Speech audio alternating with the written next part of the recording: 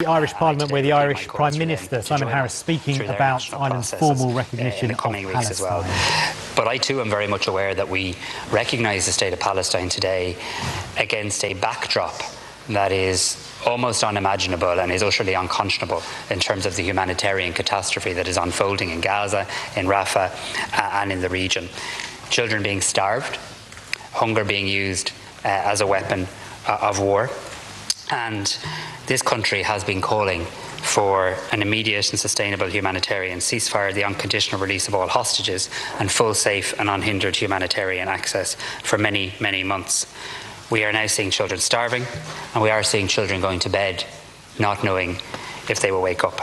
But what we're also now seeing is a new despicable trend where every now and then, amidst the backdrop of death, maiming, injury, pain, we're seeing an event of particular horror that takes place, and then we're seeing the Israeli Prime Minister emerge and apologise for what he terms a tragic mistake.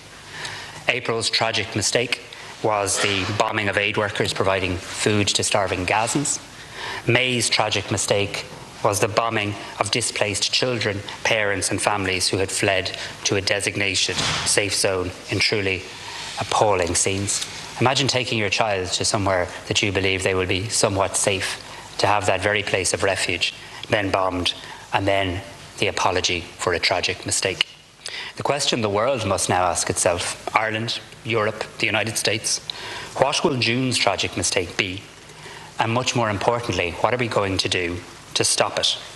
As I've consistently said, and I said at the April meeting of the European Council, there's an onus on every country and on the European Union to use every lever at its disposal to help bring about a ceasefire. It's not enough to just condemn.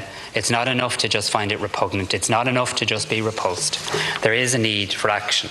And that's why I do warmly welcome the decision of the Belgian presidency yesterday, belatedly, to convene a meeting of the EU-Israel Association Agreement, because this country, I think there's a political consensus on this country and Spain since March have been calling for the association agreement, which is effectively a trade benefit agreement, to be reviewed.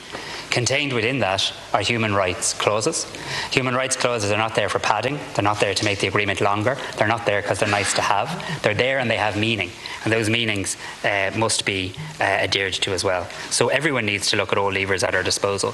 I have answered before the question in relation to occupied territories. I will share with you more information in relation to that. But the way I think you address this issue is through, at an EU level, the association agreement and the review of that. Thank you, Taoiseach. Deputy Cairns.